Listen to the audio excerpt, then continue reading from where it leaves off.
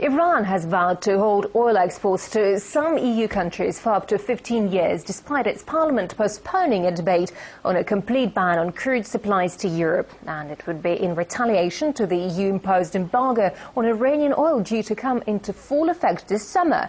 Russia's foreign minister says Tehran's threat shows how unilateral sanctions can often backfire. Russia has firmly held the opinion that in most cases sanctions are not only ineffective, but also counterproductive. The current situation yet again confirms the old law. To every action there is an equal reaction. Iran's announcement was made in response to the European Union's decision to ban the purchasing of Iranian oil by EU member states. Meanwhile, Iran's nuclear program, the target of EU sanctions, is being scrutinized by UN inspectors. Tehran has offered IAEA officials the chance to extend their mission and says it's ready to answer any questions to prove its atomic ambitions are peaceful. And to discuss the situation, I'm now joined live by the radio host of Taking Aim program, Rav Schoenman. Mr. Schoenman, thank you so much indeed for your time. So, Iran offered UN inspectors the chance to prolong their mission, yet the EU imposed an oil embargo a week ago, saying Iran isn't cooperating. Are there signs showing that, in fact, Iran wants to work with the agency?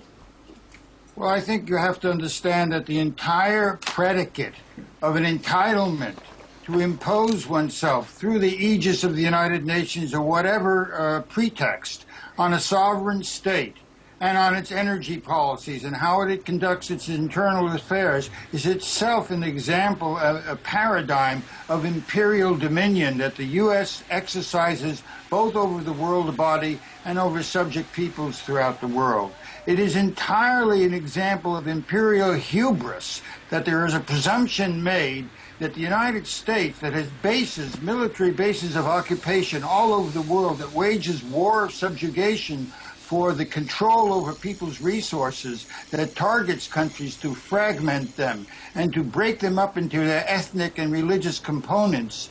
This imperial agenda, which takes countries ad seriatim as their targets, now concentrating on Iran, expresses the permanent war that is waged against subject peoples by American corporate capitalism.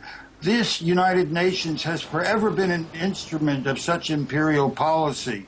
The Palestinian people themselves were subject to the carving up of their country and the imposition of a colonial settler state through the aegis of the United Nations. The UN has been the vehicle for imperial policy in one form or another because the member states have essentially the same class structure as that which governs the United States itself. This question of international inspection in Iran of their nuclear energy program is itself an expression of imperial hubris, as I say. It is yes, Mr. Schoenman, just may I ask, Tehran seems certain it can convince the atomic agency that its program is peaceful, but is the West really interested in hearing that? Well, I would put it to you that whether or not the Iranian population or the country of Iran or the nation of Iran elects to have nuclear weapons is no one's damned business.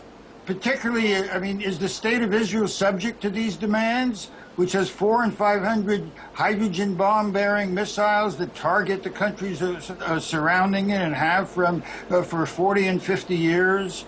Does the United States itself, which targets peoples around the world with weapons of mass destruction, get subject to such United Nations demands and inspection? The very idea that Iran is somehow obligated to open its frontiers to inspectors who are essentially penetrated and permeated by the Central Intelligence Agency and the Mossad expresses what I am attempting to say to you, that this is outrageous, it has no legitimacy, and it should be repudiated and exposed for what it is. The same syndrome was present before the attempts to destroy Iraq.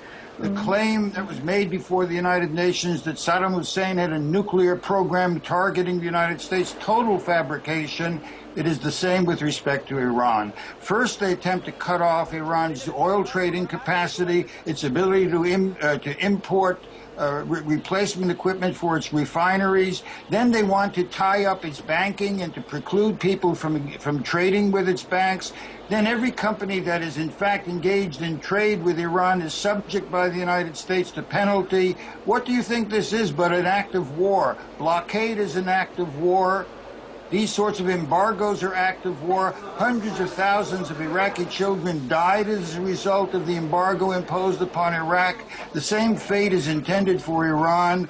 This entire charade is an expression of imperial aggression and targeting. Mr. Shoman, Iran's threatening to stop oil supplies to just some European countries, as opposed to a previous threat to ban exports to the whole EU. Why has its stance changed? Well, I would just put it to you that the imperial propaganda with respect to Iran at the moment is this dog is vicious. If you step on its neck, it tries to bite your foot.